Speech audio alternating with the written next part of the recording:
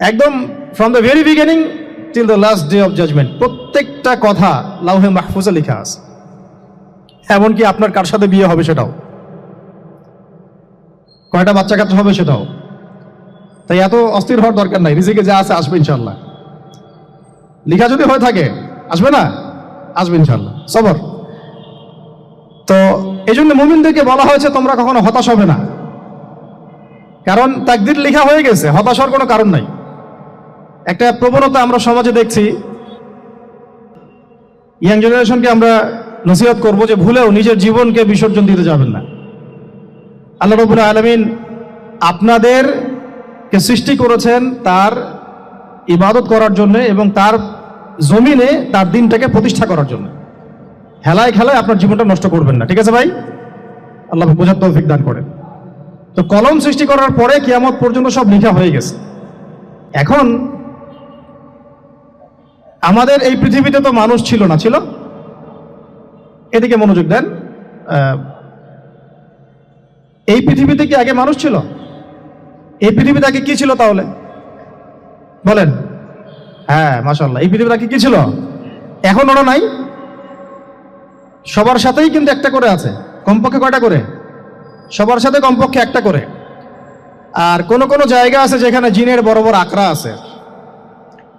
পৃথিবীতে যে জায়গাগুলো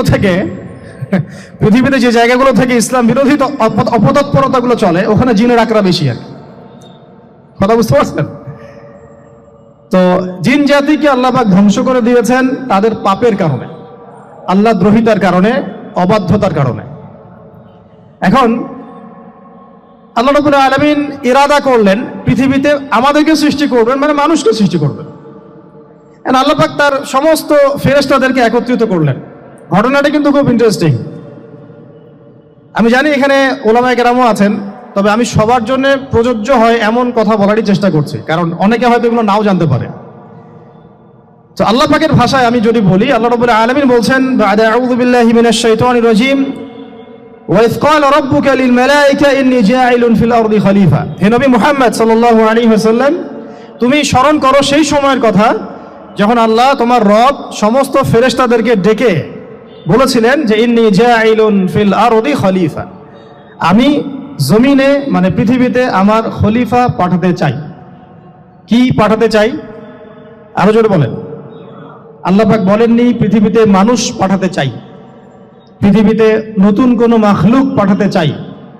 আমাদেরকে আল্লাহ পাক সম্মানের শব্দে সম্মানিত করেছেন, বিশেষায়িত করেছেন। আমাদেরকে বলেছেন আমরা আল্লাহর খলিফা, আমরা আল্লাহর খলিফা। এখন আমরা আল্লাহর খলিফা, কিন্তু পৃথিবীতে মানুষ খিলাফা শব্দ সহ্য করতে পারে না। হ্যাঁ, কি অদ্ভুত না? এটা কোরআনের কি শেষের দিকে আছে না প্রথম দিকে আছে? সূরা বাকারার একদম শুরুর দিকে 3টা 4টা 5টা পৃষ্ঠা উল্টালে দেখবেন এই একটা আছে। কোরআন তাহলে শুরু থেকে কখনো খুলেও দেখেনি সে ব্যক্তি। প্রমাণ হলো এটা যে খুলেও দেখে নাই, অথবা দেখলেও সে এড়িয়ে গেছে। আল্লাহ পাক আমাদেরকে বললেন যে পৃথিবীতে আমি আমার খলিফা পাঠাতে চাই। তাহলে আদম আলাইহিস সালামকে আল্লাহ পাক মুহাব্বতের শব্দে, সম্মানের শব্দে বিশেষায়িত করলেন। কি বলে?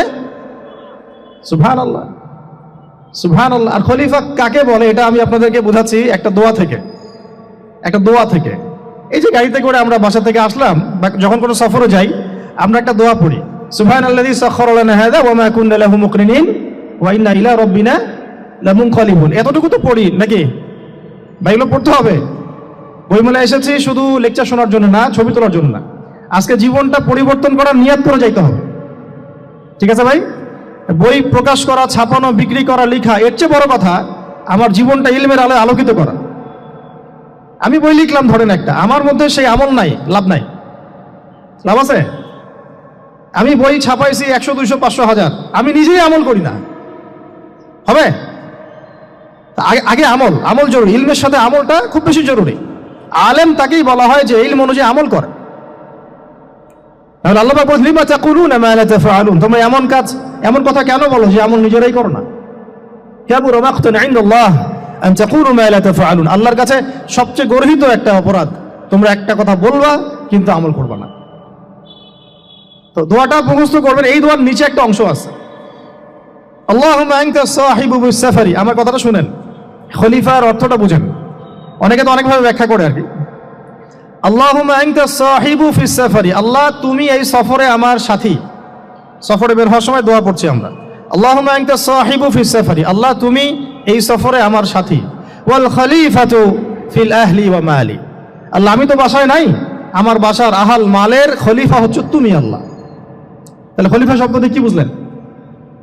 আল্লাহ আমার বাসার আহাল মালের খলিফা মানে কি? আমার স্থলাভিষিক্ত তুমি আল্লাহ, আমি ওখানে নাই বাসায়, আমি সফরে বের হয়ে গেছে, আমার স্ত্রী, আমার সন্তান, আমার মাল, আমার জান, এগুলোর দায়িত্ব তোমার, তুমি খলিফা।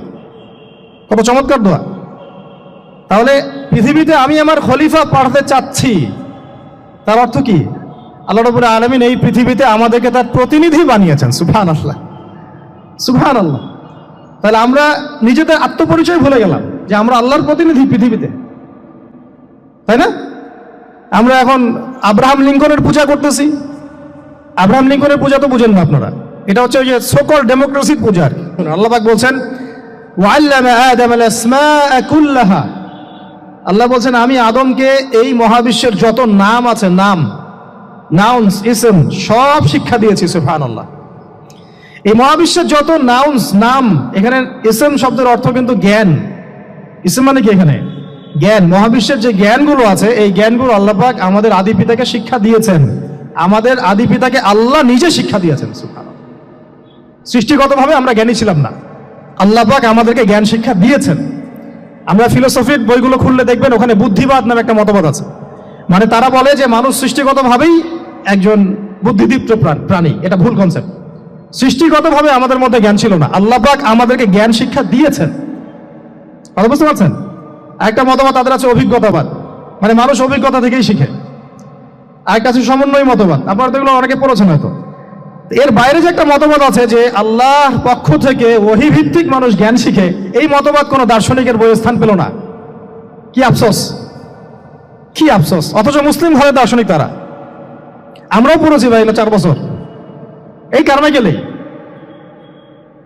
কি আফসোস, আল্লাহ পাকের ওহীর পক্ষ থেকে যে জ্ঞান আসতে পারে এইটা কনসেপ্টই নাই।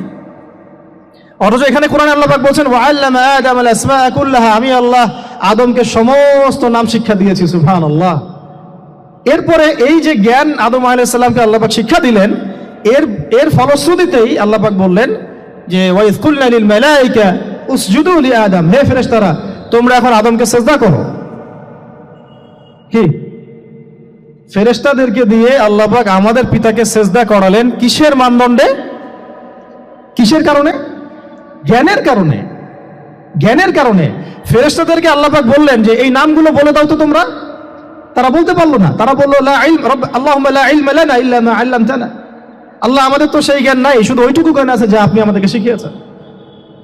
তখন আল্লাহ পাক বলেছিলেন যে আমি যা জানি তোমরা তা জানো না। আমি কি বলি নাই যে আমি আসমান জমিনের গায়েবের সব খবর জানি? তখন আল্লাহ বললেন যে তোমরা সবাই সিজদা করো আদমকে।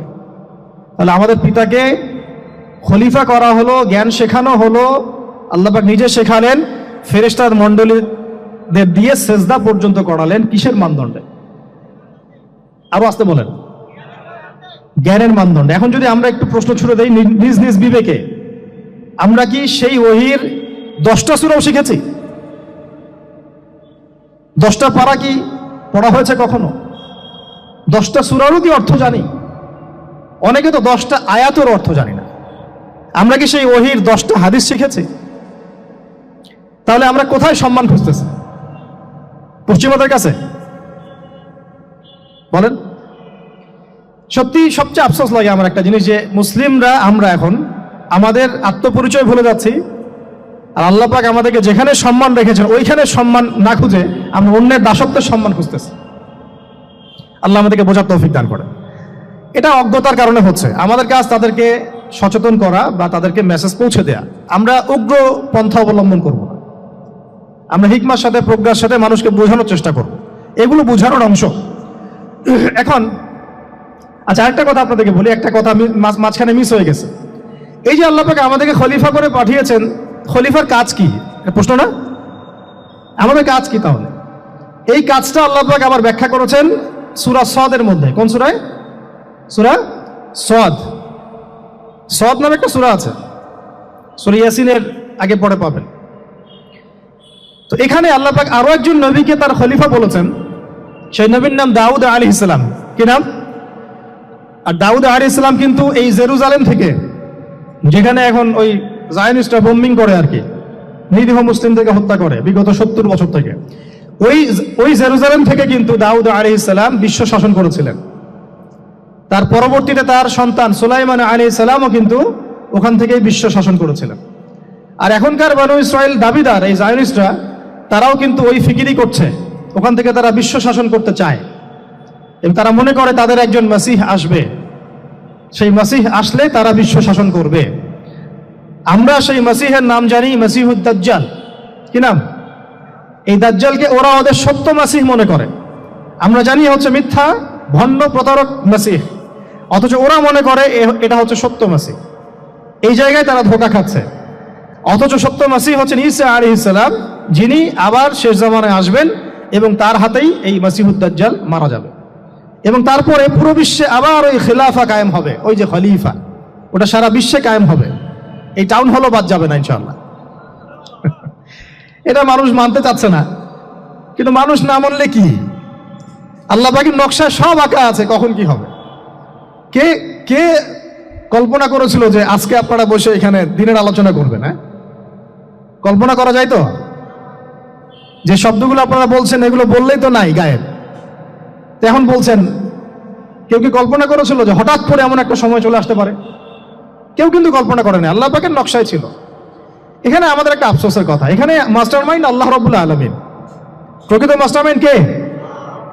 আমরা ক্রেডিট নেওয়ার প্রতিযোগিতায় ব্যস্ত হয়ে আছি এখন, কার কত ক্রেডিট নেওয়া যায়। এখানে একক ক্রেডিট পাওয়ার যোগ্য কেউ না, সমস্ত ক্রেডিট কার? আল্লাহ রাব্বুল আলামিন। এটা আল্লাহর সাথে গাদ্দারি করতে যায় না, তাহলে ভুলে যান। কারণ আমি বারবার বলেছি আপনাদেরকে, কোরআন থেকে একটা শিক্ষা আমরা শিখেছি, একটা কম যখন মাজলুম থাকে, দুর্বল মাজলুম জুলুমের শিকার হচ্ছে, আল্লাহ পাক সেই কমটাকে বাঁচান, কোনো না কোনো একজন ত্রাণকর্তাকে পাঠান, কোনো একটা সূরতে আল্লাহ পাক সেই কমকে বাঁচায় দেন। আবার যদি এই নিয়ামতটা পাওয়ার পরে ওই কম আবার এই জুলুম শুরু করে, আবার আল্লাহ দ্রোহিতা শুরু করে, আল্লাহ পাক তার চেয়ে বড় জালেম চাপাই দিবে। কথা বুঝতে পারছেন? আল্লাহর সাথে গাদ্দারি করতে চাই না, আল্লাহ পাক আমাদেরকে বোঝার তৌফিক দান করে। এখন খলিফার কাজটা কোথায় পাবেন, কোন সূরায় ভাই বলেন?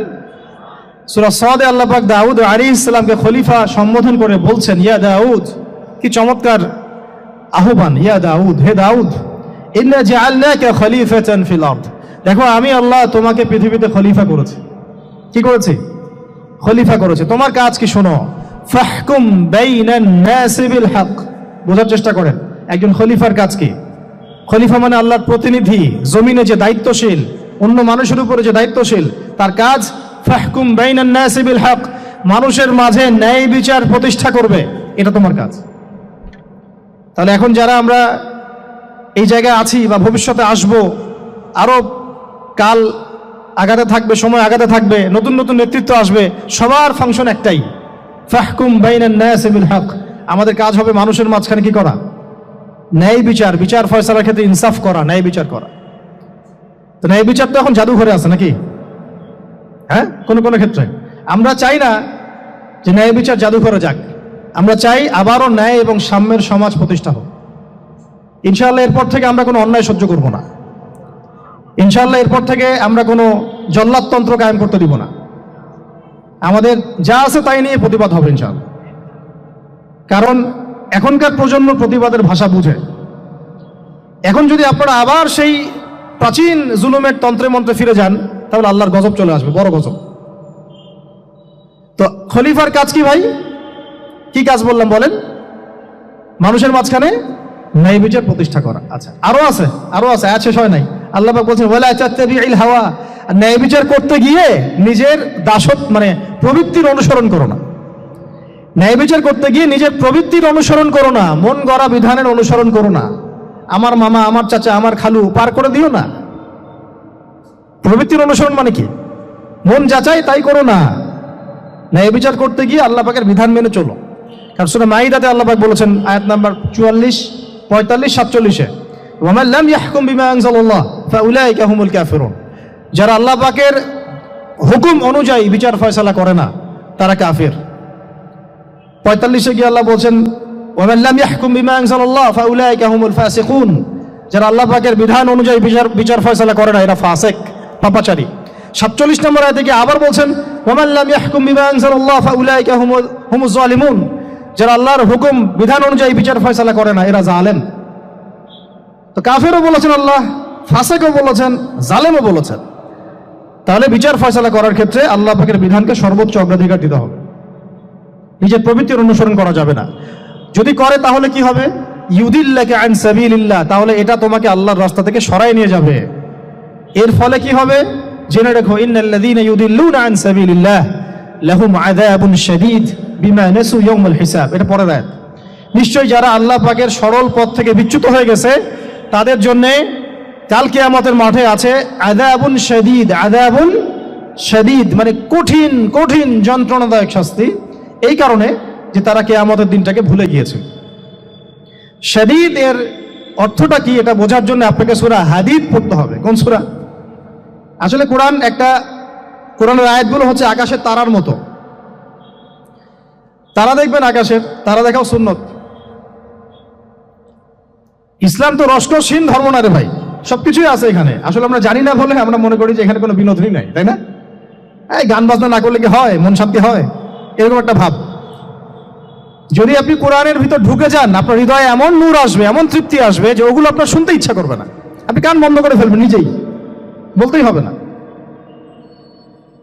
এখন কিছু নতুন ইসলামিস্ট আসছে, তারা এগুলোকে ইসলামের অন্তর্ভুক্ত বলে মনে করার দাবি করতেছে, যে এগুলো তো নিষেধ নাই, এগুলো তো নিষেধ করা হয় নাই।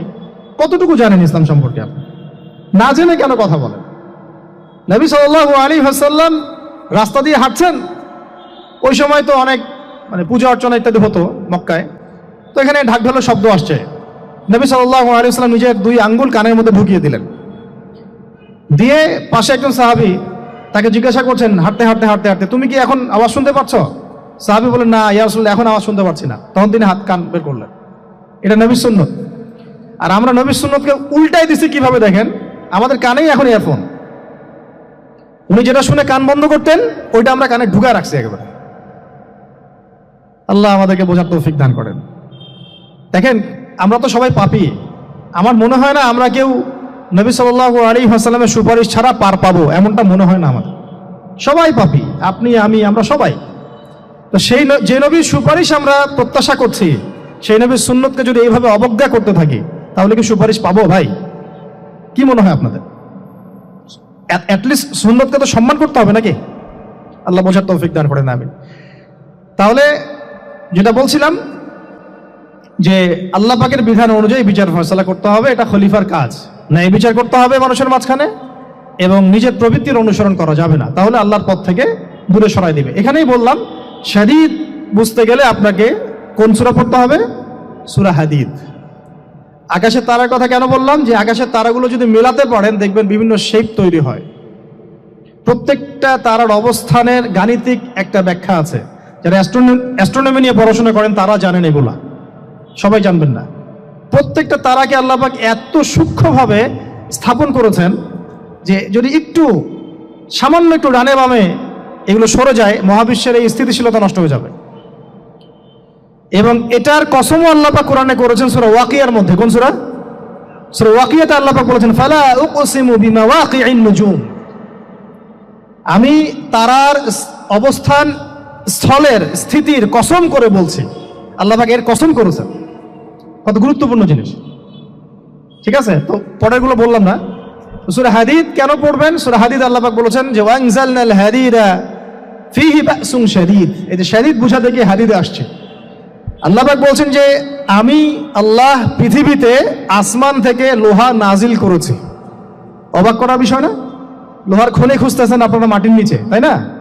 আল্লাহ পাক বলছেন আমি লোহা নাজিল করেছি। আনজালনা, ঠিক যেমন ইন্না আনজালনাহু ফী লাইলাতুল কদর, আমি লাইলাতুল কদরে কোরআন নাজিল করেছি, আসমান থেকে নাজিল হয়েছে, তাই না? এরকমই ওয়ানজালনাল হাদীদা, আমি হাদীদ লোহা নাজিল করেছি। ফীহি বাসুন শাদীদ, যে লোহার মধ্যে আছে কঠিন শক্তি আছে না? আয়রন যে অণু পরমাণুগুলো, এগুলোর শক্তি সবচেয়ে বেশি না? কেমিস্ট্রিতে আপনারা পড়েছেন। তাহলে এখন আল্লাহ পাক বলছেন কিয়ামতের দিন তাদের জন্য আযাবুন শাদীদ, যারা আল্লাহ পাকের খলিফার দায়িত্ব পালন করবে না, যারা খলিফার দায়িত্ব পেয়েও ন্যায় বিচার করবে না, ইনসাফ করবে না, প্রবৃত্তির অনুসরণ করবে, ঠিক আছে, আল্লাহর পথ থেকে বিচ্যুত হয়ে যাবে, তাদের জন্য কিয়ামতের মাঠে এই শাস্তি আছে। তাহলে আমরা কি খলিফা শব্দ বুঝতে পারলাম?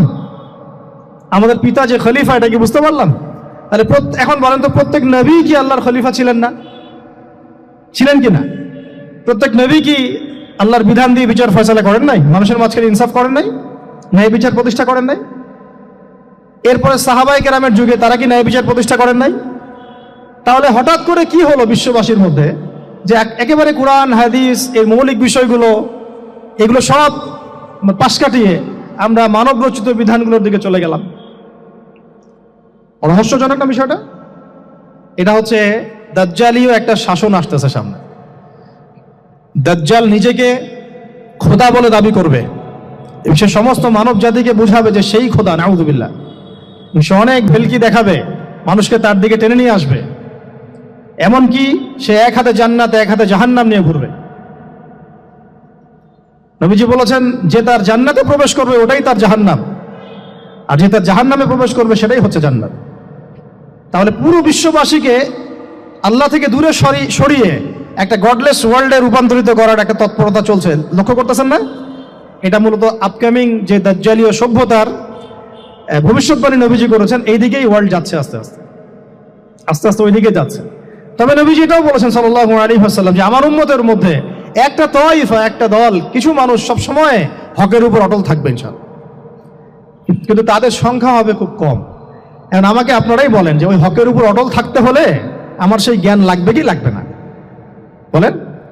যেই জ্ঞান আমাদের পিতাকে শেখানো হয়েছে, দেখবেন প্রত্যেকটা মানুষের মধ্যে কিছু প্রতিভা আছে, সৃজনশীলতা আছে, আছে না? একটা বুদ্ধিদীপ্ত একটা তাড়না মানুষের ভিতরে কাজ করে। এটা কোত্থেকে আসছে জানেন? আমাদের পিতার ডিএনএ থেকে আসছে।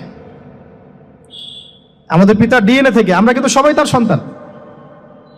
এরপরে পৃথিবীতে মানুষ পাপাচারে যখন লিপ্ত হলো প্রচন্ড রকম, তখন নূহ আলাইহিস সালামকে আল্লাহ পাক পাঠান এবং তিনি প্রায় 950 বছর দাওয়াতের কাজ করলেন। 40টা বা 80টা পরিবার ইসলাম কবুল করলো। তখন আল্লাহ পাক এই মুমিনদেরকে বাদ দিয়ে সবাইকে গারদ করে দিলেন, ধ্বংস করে দিলেন। মানে আমরা যারা পৃথিবীতে এখন বেঁচে আছি, যে আপনি আমি, আপনাদের নাম আমি জানি না, আমরা যারা বেঁচে আছি, আমরা কিন্তু কোনো না কোনো ভাবে ওই 40 বা 80 পরিবারের সন্তান। আমরা আত্মীয়, কিন্তু আমরা সবাই কিন্তু আত্মীয়, জানেন? 40টা বা 80টা পরিবার বাদ দিয়ে বাকি সব মানুষকে আল্লাহ পাক ধ্বংস করে দিয়েছিলেন নূহ আলাইহিস সালামের মহাপ্লাবনে। ঘটনা জানেন না? 40 বা 80টা পরিবারকে বাদ দিয়ে বাকি সবাইকে আল্লাহ পাক ধ্বংস করেছেন ওই মহাপ্লাবনে। তাহলে এখন এই বিশ্বে যত মানুষ আছে তারা কয়টা পরিবারের সন্তান? ওই 40-80। আমরা কোনো না কোনো ভাবে একে অপরের আত্মীয় হই, মুসলিম অমুসলিম সবাই, মুসলিম অমুসলিম সবাই। আমরা যে অসাম্প্রদায়িকতার কথা বলি না, এই শব্দটাকে ভালো অর্থে নেওয়া যায়। কি অর্থে? অন্যান্য ধর্মাবলম্বী মানুষ যারা, তারা তাদের ধর্ম স্বাধীনভাবে পালন করবে, কোনো সমস্যা নাই, আমরা তাদের এই কাজে বাধা দিতে যাব না। একইভাবে আমরা আমাদের ধর্ম স্বাধীনভাবে পালন করব, তারা এখানে কোনো বাধা দিতে পারবে না। সিম্পল। তারা তাদের উৎসব তাদের মতো পালন করবে, আমরা আমাদের উৎসব আমাদের মতো পালন করব। না আমি মূর্তি পাহারা দিতে যাব, আর না আমি মূর্তি ভাঙতে যাব। সিম্পল। আমি পাহারাও দিতে যাব না, ভাঙতেও যাব না। সিম্পল। আমরা কি কুরবানিতে তাদেরকে বলতে পারবো ভাই আসেন আমার বাসায় দাওয়াত খান? এটা হয় কখনো? লাকুম দীনুকুম ওয়ালিয়া দিন। আপনাদের দিন আপনাদের, আমাদের দিন আমার। সিম্পল। এই অর্থ ঠিক আছে, কিন্তু সব ধর্ম মিলে যে নতুন ধর্ম বানানোর চেষ্টা করা হচ্ছে বাংলাদেশে, এটা ঠিক নাই। এটা শুভঙ্করের ফাঁকি। সব ধর্ম মিলে নতুন ধর্ম করার কোনো সুযোগ নাই। আমরা সবাই এক পরিবারের সন্তান। এখন আমাকে বলেন, নূহ আলাইহিস সালামের একটা ছেলে ছিল, নাম জানেন? কি নাম বলেন? কে? না না, মাশাআল্লাহ। কয় ছেলে ছিল তার? হ্যাঁ, না, মূলত 4জন সন্তান থেকে বড় বড় 4টা গোত্র সৃষ্টি হয়েছে। শাম এক সন্তানের নাম কি? এটাকে কেন্দ্র করে এই যে কন্টিনেন্টে, পুরো আরাবিয়ান কন্টিনেন্টে যত মানুষ তার বংশধর, ঠিক আছে? হাম একটা সন্তানের নাম হাম। এখান থেকে আফ্রিকার যে কালো কালো মানুষগুলো সব তাদের বংশধর। একটা হচ্ছে ইয়াফাস, ওই ইউরোপিয়ান যারা সাদা চামড়া, সব এদের বংশধর। আরেকটা যে কেনান। এই ছেলেটা কি বলেছিল, বাবা ডাকছে নৌকায় আসো তাড়াতাড়ি, নৌকায় আসো তাড়াতাড়ি, না হলে আজকে আল্লাহ পাক আযাব দিয়ে ধ্বংস করে দিবেন। সে নবীর সন্তান হওয়ার পরেও আল্লাহ প্রদত্ত ওহির জ্ঞানকে মূল্যায়ন না করার কারণে ধ্বংস হয়ে গেল। আর ওই 40টা বা 80টা পরিবার নাজাত পেল কিভাবে? আল্লাহর পক্ষ থেকে নাজিলকৃত ওহির জ্ঞানকে প্রাধান্য দিয়ে আনুগত্য করে। তাহলে কোন জ্ঞানকে আমরা প্রাধান্য দিব ভাই? আমি বলছি না যে আমরা দুনিয়াবী জ্ঞানগুলোকে শিখবো না, ওই প্রসঙ্গে আমি একটু পরে আসছি, যে আমরা শিখবো এবং কিভাবে শিখবো, কতটুকু শিখবো। আগে এই অংশটুকু শেষ করি। ঠিক একইভাবে আপনারা কি আদ জাতির নাম জানেন? আদ, সামুদ। ওই যে সৌদি আরব এখন যেখানে লাইন বানাচ্ছে, লাইন প্রজেক্ট, ওই আলোলা বলে, আলোলা লাইন প্রজেক্ট বানাচ্ছে দেখবেন অনলাইনে। ওই জায়গা দিয়ে নবী সাল্লাল্লাহু আলাইহি ওয়াসাল্লাম তাবুক যুদ্ধের সময় গিয়েছিলেন। যাওয়ার সময় তিনি বলেছিলেন, তোমরা মাথা নিচু করে কান্নাকাটি করতে করতে এখান থেকে অতিক্রম করো। সাহাবীরা মাথার উপর কাপড় দিয়ে কান্নাকাটি করতে করতে জায়গাটা পার করেছেন, কারণ ওই জায়গায় সামুদ জাতি ছিল যাদেরকে ধ্বংস করা হয়েছে। তো ওটা হচ্ছে এখন পর্যটন স্পট। সুবহানাল্লাহ। তো আদ এবং সামুদ জাতিকেও আল্লাহ পাক ধ্বংস করলেন, কিন্তু তাদেরকে করেন নাই যারা ওহির জ্ঞানকে প্রাধান্য দিয়েছিল। ইব্রাহিম আলাইহিস সালাম কোন জ্ঞানের বদৌলতে আল্লাহকে চিনলেন? মানব রচিত জ্ঞান নাকি আল্লাহর পক্ষ থেকে নাজিলকৃত জ্ঞান? বলেন। মূসা আলাইহিস সালাম কোন জ্ঞানের বদৌলতে ফিরআউনের মতো এই যে কি বলবো প্রতাপশালী একজন শাসকের সামনে দাঁড়িয়ে বুক ফুলিয়ে ইসলামের দাওয়াত দিলেন? কোন জ্ঞানের আলোকে? ওহির জ্ঞান। আর ওহির জ্ঞান যখন নাজিল করা হয়েছে তখন তিনি দোয়াটা পড়ছিলেন, রব্বি ইশরাহ লি সাদরি ওয়া ইয়াসসির লি আমরি ওয়াহলুল উকদাতাম মিন লিসানি ইয়াফকাহু কওলি। প্রত্যেক নবী, ইউসুফ আলাইহিস সালাম কারাগারে 12 বছর থেকেছেন। কত বছর? 12 বছর। আমাদের অনেক ভাই এরকম 5 বছর, 7 বছর, 10 বছর, 12 বছর থেকেছে, আছে। এমনও মানুষ আছে, এখন বলা যায় তাই বলি, যে ওই যে একটা শব্দ শুনেছেন আয়না ঘর, ওখানে দীর্ঘদিন ছিল, তারপরে নাই, কোথায় গেছে আল্লাহই ভালো জানে। ইউসুফ আলাইহিস সালামও এরকম কারাগারে ছিলেন। কত বছর? 12 বছর। কিন্তু আল্লাহ পাক তাকে এমন একটা জ্ঞান শিক্ষা দিয়েছিলেন, তিনি স্বপ্নের ব্যাখ্যা বলতে পারতেন, যে কোনো স্বপ্নের। রাজা স্বপ্ন দেখলেন যে 7টা গাভী, জীর্ণ শীর্ণ গাভী, মোটা তাজা গাভীকে খেয়ে ফেলছে, স্বপ্নের ব্যাখ্যা কেউ দিতে পারে না। কিন্তু ওই জেলখানায় 2 জন ছাড়া পাওয়া মানুষ, ছাড়া পাইছে 2 জন আর কি, 2 জনের মধ্যে একজন বেঁচে আছে, একজন নাই। মানে 2 জন বসে বসে ইউসুফ আলাইহিস সালামকে বলছিলেন যে আমরা একটা স্বপ্ন দেখলাম যে আমার মাথায় রুটি আছে, পাখি এসে রুটি খেয়ে ফেলছে। আর আমি স্বপ্ন দেখলাম যে আমি শরাব পান করাচ্ছি, ব্যাখ্যা কি? ইউসুফ, তোমাকে সত্যবাদী বলে জানি। ইউসুফ আলাইহিস সালাম বললেন, তোমার মাথায় রুটি যেটা খেয়ে নিচ্ছে, তার মানে তোমাকে শুলদণ্ড দেওয়া হবে। আর তুমি যে পানি পান করাচ্ছ, তার মানে তুমি নাজাত পাবে, ছাড়া পাবে। হলেও তাই। আর যে নাজাত পাবে তাকে ইউসুফ আলাইহিস সালাম বলে দিলেন যে তুমি রাজদরবারে গিয়ে আমার কথা বলো, আমার কথা আলোচনা করো। তো সে ভুলে গিয়েছিল। পরে যখন এই স্বপ্নটা দেখলো বাদশা, তখন বাদশা সবাইকে ডাকলো, ডেকে বললো যে এই গাভীর স্বপ্নের ব্যাখ্যা কি। তখন এই ব্যক্তির মনে পড়ছে, আরে ইউসুফ তো ব্যাখ্যা দিতে পারে।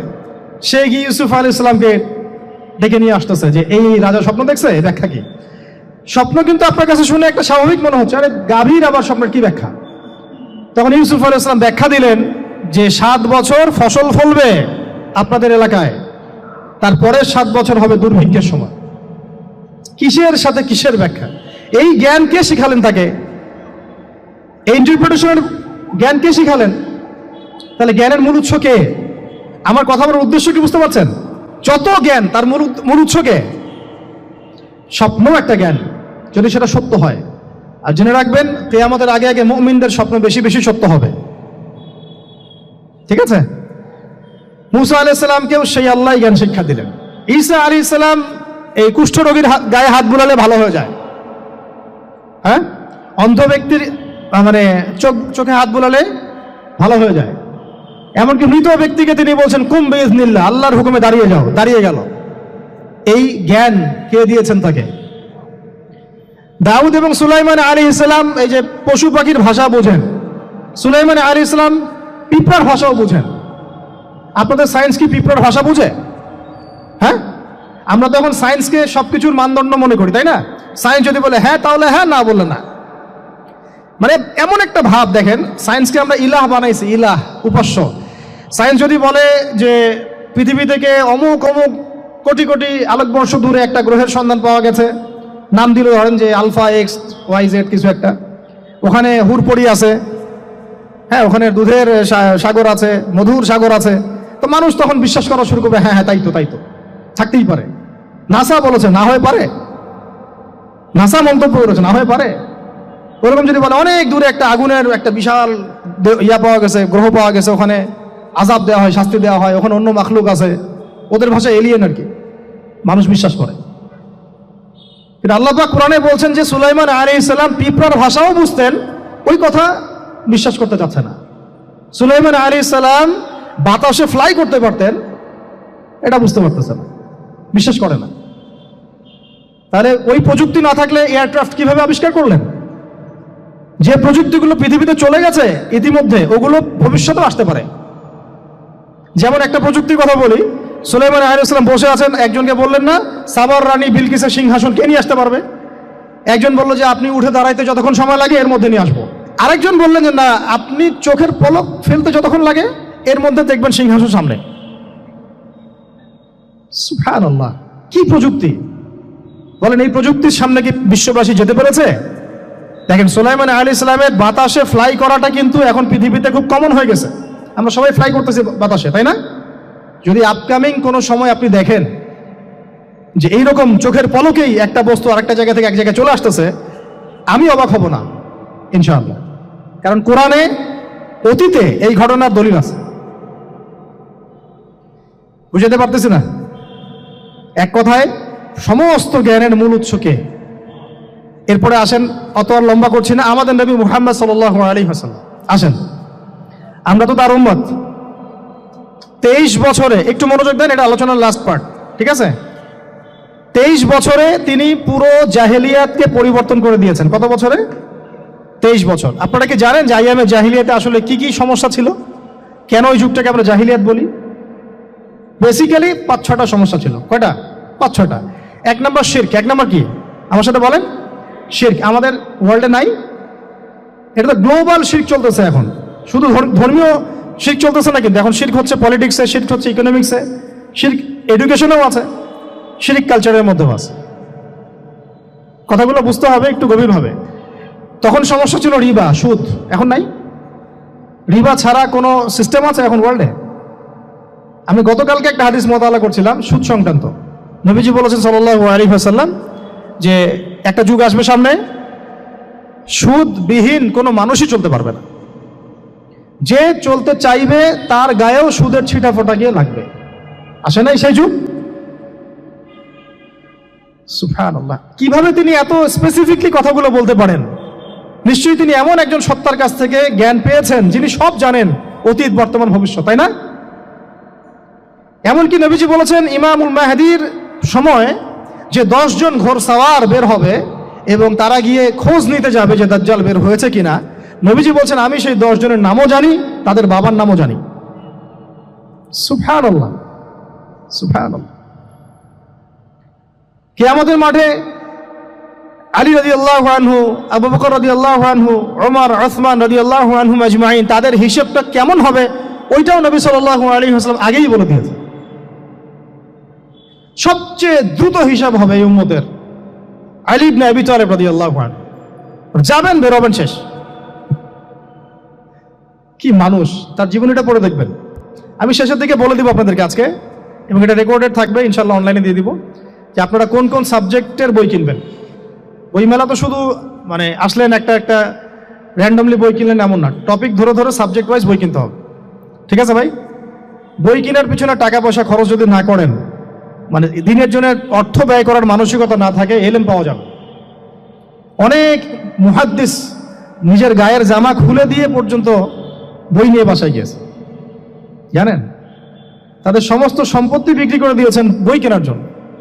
আজকে সকালে আমাদের এক ভাই মোজাকারা করছিলেন যে আমারই এক ওস্তাদ, বাংলাদেশের অনেক বরেণ্য একজন আলেমে দিন, প্রবীণ আলেমে দিন, তার কথা আলোচনা হচ্ছিল যে তিনি কিতাব পড়তে পড়তে পড়তে হঠাৎ একটা কিতাব তিনি খুঁজে পাচ্ছেন না। তো ছাত্রদেরকে পাঠালেন যে খুঁজে নিয়ে আসো তো, কোথায় আছে, কেউ খুঁজে পায় না। তিনি নাকি ওযু করে এসে নামাজ 2 রাকাত নামাজ পড়ে বাচ্চার মতো হাউমাউ করে কান্নাকাটি শুরু করলেন। যে আল্লাহ আমার সেই কিতাব কোথায় গেল, আমার কিতাবটা এনে দাও। তলাবুল ইলম কাকে বলে দেখেন, ইলমের তালেব, ইলমের ছাত্র কাকে বলে? এই যে ইলমের ছাত্র, আমরা কি ছাত্র হইতে পারছি? একটা বইয়ের দাম যদি দেখি 100 টাকা, বাস আমাদের গায়ে লাগে। 100 টাকা দিয়ে তো আপনার গার্লফ্রেন্ডকে নিয়ে বসতে গায়ে লাগে না, বসলে তো 500 টাকা চলে যায়। জিনা থেকে বাঁচতে না পারলে কলবে আল্লাহ নূর আসবে না। আল্লাহ পাক আমাদের কথাগুলো বোঝার তৌফিক দান করেন, আমিন। জিনা, আবার বলছি, জিনা থেকে বাঁচতে হবে, অন্যথায় কলবে নূর আসবে না। আল্লাহ পাক আমাদেরকে বোঝার তৌফিক দান করেন, আমিন। কোথায় ছিলাম ভাই? বলেন। 1 নাম্বার কি ছিল? শিরক। 2 নাম্বার রিবা, সুদ। ওইটা বলতে গিয়ে হাদিসটা কথা বলেছিলাম। এই সুদটা কি এখন বেশি না কম? এখন সুদ মানুষ খাচ্ছে, যুক্তিও দিচ্ছে যে এই যুগে এখন সুদ না খাইলে কি চলে। একদিন একটা মসজিদে বয়ান করছিলাম, তো মসজিদে বয়ানের মাঝখানে একজন দাঁড়ায় গেল, দাঁড়ায় আমাকে বলছে যে ওস্তাদ, হুজুর বুঝলাম আপনার সব কথা ঠিক আছে, এখন আমার 1 লাখ টাকা ধার লাগবে, আমি কোত্থেকে নিব? বলেন, আসলে উত্তর দিবেন কি? হ্যাঁ, সুদের ক্ষতিকর বিষয়গুলো যেমন বলতে হবে, সুদবিহীন ব্যাংকিং সিস্টেম এবং অর্থনৈতিক ব্যবস্থাও তো চালু করতে হবে। সেটা কি? সেটা হচ্ছে যাকাত। সেটা কি? যাকাত, সাদাকা এবং কর্জে হাসানা। এগুলো তো চালু করছি না আমরা। আমরা শুধু কথা বলছি তাত্ত্বিক যে সুদ হারাম। আমিও তো অনেক জায়গায় বলছি, কারণ বলতে হচ্ছে, না আপনার জানাতে তো হবে। সুদের পাপের সবচেয়ে নিম্ন শাখা হচ্ছে মায়ের সাথে জিনা করা, সর্বোচ্চ শাখা হচ্ছে আল্লাহ এবং তার রাসূলের সাথে যুদ্ধ করা। একটা হাদিস বুখারীতে এরকম আসছে, বুখারীতে কি তিরমিজিতে, আমি রেফারেন্সটা ভুলে যাচ্ছি, তবে হাদিসটা সহিহ। নবী সাল্লাল্লাহু আলাইহি ওয়াসাল্লাম বলেছেন, যে ব্যক্তি 1 দিরহাম সুদ খায় সে যেন 36 বার জিনা করল। আর আপনারা তো জানেন, এটা আমার বলার দরকার নাই। 4 শ্রেণীর মানুষকে নবীজি অভিশাপ দিয়েছেন, যে নিজে খায়, তারপরে যে সুদ দেয়, যে লিখে রাখে, যে সাক্ষী থাকে। তা আমি বলতে যাচ্ছি, আইয়ামে জাহিলিয়াতে এই সুদটা ছিল, আমাদের এই বর্তমান ওয়ার্ল্ড অ্যাফেয়ার্সে নাই। বাংলাদেশ একটা কান্ট্রি হিসেবে চিন্তা করবেন না, আপনি গ্লোবালি চিন্তা করবেন। কারণ এখন একটা দেশ স্বতন্ত্রভাবে চলতে পারে না, ওয়ার্ল্ড ব্যাংকের সাথে আপনাকে ডিল করতে হবে, IMF এর সাথে। আমি যদি প্রেসিডেন্ট হই, তাও আমাকেও করতে হবে, আপনি হলে আপনাকেও করতে হবে। তো কথা বলে তো শুধু কথা বলে লাভ নাই, আপনার বিকল্পটা কি? আসলে বিকল্প ব্যবস্থাটা কি? এটা তো মূল কথা। ইকোনমিক্স নিয়ে কতগুলো কিতাব আছে এখানে, ইসলামিক ইকোনমিক্স নিয়ে আমরা কতগুলো কিতাব ছাপাইছি, বর্তমান ওয়ার্ল্ড অ্যাফেয়ার্স নিয়ে আমরা কতগুলো কিতাব ছাপাইছি। নবী সাল্লাল্লাহু আলাইহি ওয়াসাল্লাম বলেছেন, শেষ জামানা সবচাইতে আমার উম্মতের উপর ভয়াবহ ফিতনা হচ্ছে, কি নাম বলেন? এখন আপনি আমাকে মাদ্রাসার পুরো সিলেবাসে কন্টেন্ট ফ্যাকাল্টি দেখেন, আছে কয়টা কিতাব আছে? সবচেয়ে ভয়াবহ ফিতনা, নবীর মুখে, নিজের মুখে বলা, সবচেয়ে ভয়াবহ। এর চেয়ে ভয়াবহ কোনো ফিতনা আসে নাই, আসবেও না। তো এখন আপনি আমাকে বলেন যে এই ফিতনা সংক্রান্ত কতগুলো কিতাব আপনার কাছে আছে বাসায়, বলেন। তাহলে গ্যাপস আছে না আমাদের মধ্যে, গ্যাপস ফিল আপ করতে হবে। কথাগুলো বলার উদ্দেশ্য হচ্ছে গ্যাপসটা ফিল আপ করা। তো এই রিবার সমস্যাটা এখনো আছে। আল্লাহ পাক আমাদেরকে রিবা মুক্ত জিন্দেগি দান করেন, আমিন। এবং আমি রিকোয়েস্ট করব বিনয়ের সাথে, যে আমাদের ঊর্ধ্বতন কর্তৃপক্ষ যারা আছেন, শুধু একটা কাজ করেন না, একটা কাজ 1টা বছর করেই দেখেন না কি হয়। প্রত্যেকটা মুসলিম, অমুসলিমদের কথা বলছে না, যেহেতু এটা খিলাফা স্টেট না, সেহেতু অমুসলিমরা এখানে জিজিয়া দিবে না। খিলাফা স্টেটে অমুসলিমরা জিজিয়া দেয়, এটা তো খিলাফা স্টেট না, এটা তো ডেমোক্রেটিক স্টেট এবং সেকুলার স্টেট। শুধু মুসলিমদের কাছ থেকে যাদের নিসাব পরিমাণ সম্পদ হয়েছে জাকাত দেয়ার, সবার কাছ থেকে রাষ্ট্রীয়ভাবে বাধ্যতামূলক জাকাত নেন, দেখেন না অর্থনীতি সচল হয় না। 1টা বছর নিয়ে দেখেন না কি হয়। কেউ এই উদ্যোগ গ্রহণ করতে পারতেছে না। কেন হচ্ছে না আমরা বুঝতে পারতেছি না। কর্জে হাসানার এনজিও চালু করা যায়। আমরা অনেক সংগঠন করছি, সোশ্যাল, অরাজনৈতিক ইত্যাদি, রাজনৈতিক। আমরা ইকোনমিক এনজিও খুব একটা করতে পারছি না। কিন্তু এই জায়গাগুলো দখল করে ফেলছে, দেখেন কারা কারা, নাম বলতে যাচ্ছি না। এবং যারা দখল করছে তারা কিন্তু এখন রাষ্ট্রের অনেক বড় বড় জায়গায় হস্তক্ষেপ করতেছে। ইভেন ট্রান্সজেন্ডারের মধ্যে ইস্যু কিন্তু তারা ঢুকাই দিচ্ছে ভিতরে, ঢুকায় নাই? উত্তরবঙ্গ জুড়ে, পুরো উত্তরবঙ্গে ঘুরে আসেন, দেখেন কাদের তৎপরতা বেশি। নীলফামারীতে সফর করে দেখলাম যে ওখানে একটা গ্রামের মধ্যে 24টা এনজিও কাজ করতেছে, সুদী সব। তারপরে মানুষ তামাক চাষ করে খাচ্ছে, একটা দল দাবি করতেছে নবী সাল্লাল্লাহু আলাইহি ওয়াসাল্লাম ছাড়াও আরো নাকি নবী আসতে পারে, নাউযুবিল্লাহ।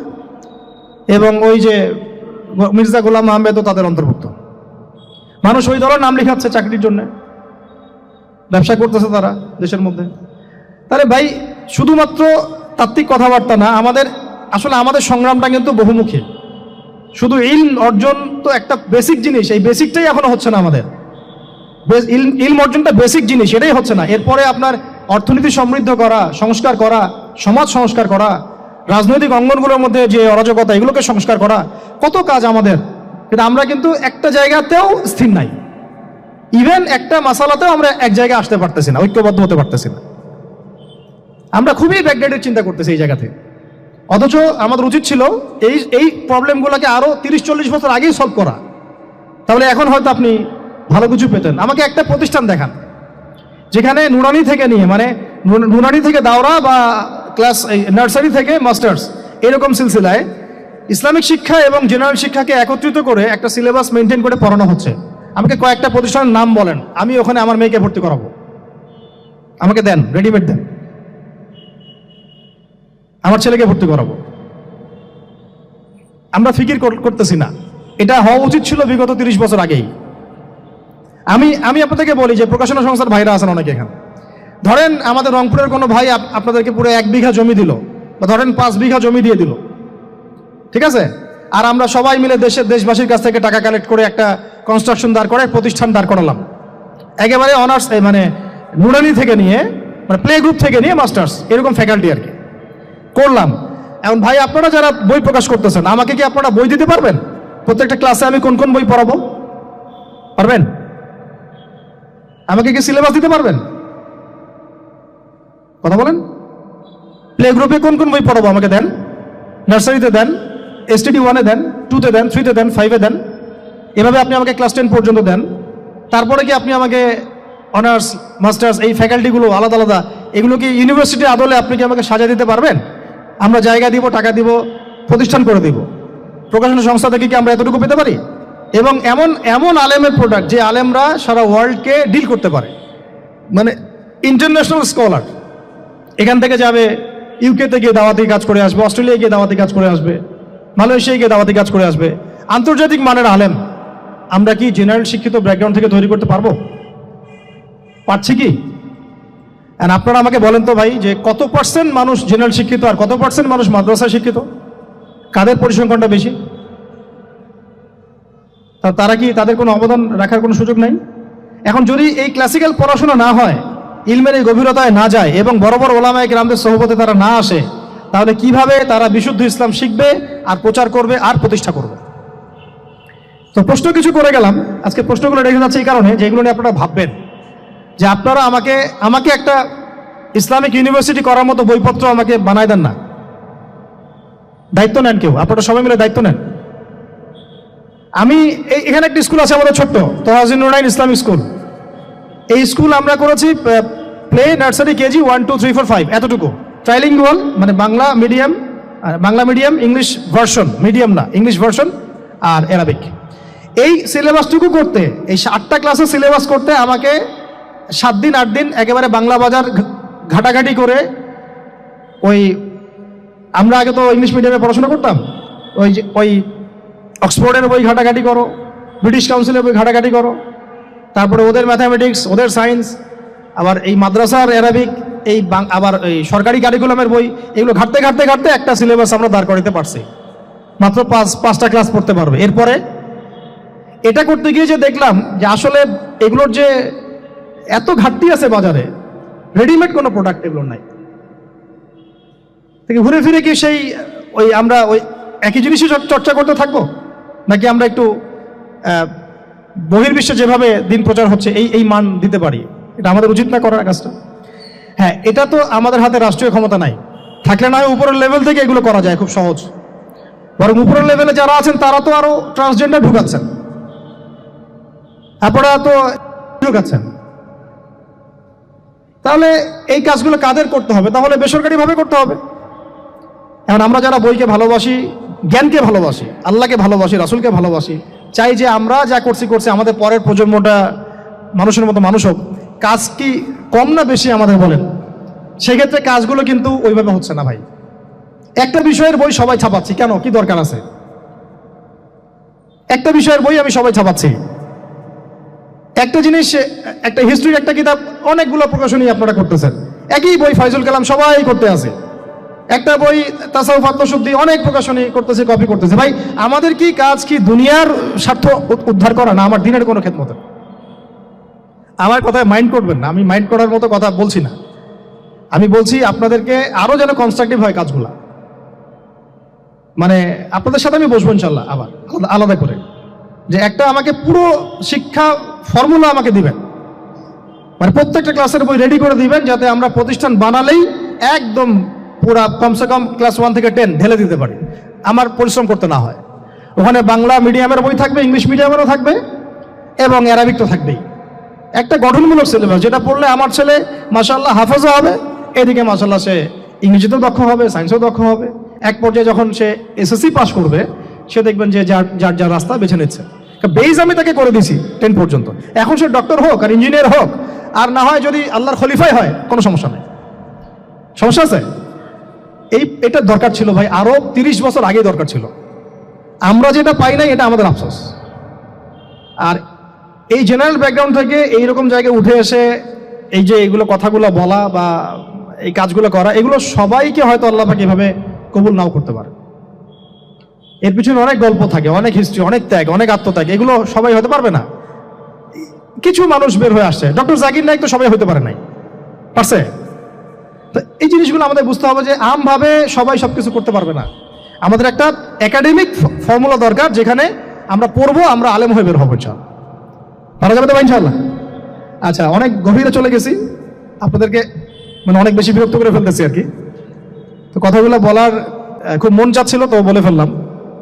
আর আমরা চাচ্ছি কথাগুলো সবার কাছে পৌঁছাক, যাতে করে অন্তত বিভাগীয় শহরগুলা, অন্তত ঢাকা, রংপুর, রাজশাহী, মানে বড় বড় শহর আমাদের, চট্টগ্রাম, কক্সবাজার ইত্যাদি ইত্যাদি বড় বড় শহরগুলোতে যদি একটা করে এরকম একটা করে প্রতিষ্ঠান থাকে, যেখানে আপনি পুরো জেনারেল শিক্ষা এবং ইসলামী শিক্ষা দুটোকে সমন্বয় করে, এবং এই মানে দ্বিমুখী শিক্ষার মেরুকরণটাকে দূর করে একটা কনস্ট্রাকটিভ সিলেবাস দিতে পারেন, দেখবেন আজকে না হোক, আজকে থেকে 10 থেকে 15 বছর পরে আমাদের ছেলে মেয়েদের একটা প্রজন্ম আসবে, দেখবেন ইনশাআল্লাহ ওরা আমাদের চেয়ে অনেক ডিনামাইট হবে ইনশাআল্লাহ। এই যে আজকে অনেকগুলো আয়াত বললাম, অনেকে হয়তো জানেন না বা পড়েন নাই, ওরা বলতেই বুঝে ফেলবে কোন সূরায় আছে। হবে না? সম্ভব। আর যদি না করতে পারি, তাহলে ঘুরে ফিরে ওই একই অবস্থা। ওইটা দিয়ে হবে না ভাই। এই মানে ইসলাম বিষয়টা কি, এটা এমন না যে কিছু অংশ নিলাম কিছু অংশ নিব না, এটা এমন না। নিলে ভাই নেওয়ার মতো নেওয়া লাগবে। উদখুলু ফিস-সিলমি কাফা, একেবারে পরিপূর্ণরূপে দিনে প্রবেশ করেন। সিরিয়াসলি নেন, চান্স তো একটাই। আল্লাহ পাক আমাদের কথাগুলো বোঝার তৌফিক দান করেন। আর আমাদের সন্তানদের সাথে তো আমরা এটা হইতে দিতে পারি না। আমরা না হয় অনেক সময় নষ্ট করে ফেলছি। তো ভাই আর লম্বা করতেছি না, আমি শেষের অংশটুকু বলে শেষ করে দিচ্ছি যে এই সুদ আর শিরক যেমন ওই সময় ছিল, এখনো আছে। আর ওই আইয়ামে জাহিলিয়াতের সেই সুদ আপনি দেখলেন, এখন শিরক দেখলেন, মাদক আছে না নাই? আইয়ামে জাহিলিয়াতের মাদক, আইয়ামে জাহিলিয়াতের এই নারী জাতির অবমাননা আছে না সমাজে? নাই? ব্যাখ্যা করতে যাচ্ছি না, আপনারা জানেন সব। আর আইয়ামে জাহিলিয়াতে ছিল একটা গোত্রীয় হানাহানি, দ্বন্দ্ব, মারামারি, এখন সমাজে নাই? এটাই তো চলতেছে এখন সমাজে। তো এখন এই জাহেলিয়াতের সমাজটাকে মাত্র 23 বছরের মধ্যে আমাদের নবীজি চেঞ্জ করে দিয়েছেন। কত বছর? এখন আপনারা আমাকে বলেন তো, যে তিনি কি কোনো জাদু করছেন? তিনি কি কোনো জাদু দেখাইছেন সমাজে এসে? মানুষকে মারছেন? মানুষকে কি তিনি মানে কঠোর ছিলেন? তিনি, তার কাছে আল্লাহর ফেরেশতা আসতো, তিনি কি সেই শক্তি কাজে লাগায় একদম সমাজের মানুষকে জোর করে ইসলাম কবুল করাইছেন? তিনি কি করছেন 23 বছরে? এটা বলে শেষ করে দিব। তবে তার আগে শুধু এতটুকু বলবো, 23 বছর পরের মক্কাটাকে একটু দেখেন। 23 বছরের পরের মক্কাটাকে একটু দেখেন। ওই মক্কাতে কি কোনো শিরক আছে? হ্যাঁ, 23 বছর পরের মক্কা, ওখানে কি কোনো শিরক আছে? ওখানে কি কোনো সুদ আছে? কোনো মাদক আছে? বলেন। কোনো নারীর অবমাননা আছে? কোনো গোত্রীয় হানাহানি আছে? তাহলে 23 বছরের মধ্যে পুরো সমাজটাই চেঞ্জ করলেন কিভাবে? জাদু তো করেন নাই। মানুষকে তো অত্যাচার করেন নাই, কটু কথাও বলেন নাই, এমনকি তিনি কারো গায়ে হাতও তোলেন নাই, তাই না? একটা কাজই তিনি করেছেন, সেটা হলো এই যে কোরআন এবং সুন্নাহর যে জ্ঞান, এই ওহীর জ্ঞানটাকে তিনি সবার মাঝখানে ছড়াই দিয়েছেন, এই তো কাজ। তারপরে সেই জ্ঞান যখন মানুষ শিখেছে, তার উপরে আমল করেছে, এবং সেই জ্ঞান এর উৎস আল্লাহ রাব্বুল আলামিন, তার কাছে আত্মসমর্পণ করেছে, নবীর কাছ থেকে আত্মশুদ্ধি অর্জন করেছে, এবং হালাল খেয়েছে, পরিবার গঠন করেছে, প্রজন্মকে তৈরি করেছে, সৎ কাজে আদেশ করেছেন, অসৎ কাজে নিষেধ করেছেন, প্রয়োজনে কখনো হিজরত করেছেন, কখনো মার খেয়েছেন, কখনো সবর করেছেন, কখনো বা জিহাদও করেছেন। এভাবে আস্তে আস্তে পুরো আরবের মধ্যে দিনটা প্রতিষ্ঠা হয়ে গেল। তাহলে মূল উৎসটা কি ছিল? জ্ঞান। মূল উৎসটা কি ছিল বলেন? জ্ঞান। আর এই জ্ঞানটার চর্চাই আমাদের সবাইকে করতে হবে। আল্লাহ পাক আমাদেরকে তৌফিক দান করে নেন। এর চর্চা করতে গেলে আমাদের সমাজে এখন দুটো রাস্তা, এর বাইরে আপনি কোনো রাস্তা দেখবেন না, হয় মাদ্রাসা ব্যাকগ্রাউন্ড অথবা জেনারেল ব্যাকগ্রাউন্ড, এই তো। সমন্বিত কোনো প্রচেষ্টা খুব বেশি দেখা যাচ্ছে না। আজকে আবার কথা বলার মধ্যে একটা অন্যতম একটা গুরুত্বপূর্ণ পার্ট হচ্ছে সমন্বিত প্রচেষ্টা এখন থেকে নেওয়া উচিত। এতে আপনারা এগ্রি করেন না করেন না? যদি এগ্রি করেন তাহলে প্রত্যেকটা জায়গায় এরকম কিছু কিছু প্রতিষ্ঠান গড়ে তোলার চেষ্টা করেন। ইনশাআল্লাহ আজকে না হোক, আজকে থেকে 10-15 বছর পরে ফলাফল পাওয়া যাবে ইনশাআল্লাহ। ঠিক আছে ভাই? আল্লাহ পাক আমাদেরকে বোঝার তৌফিক দান করেন।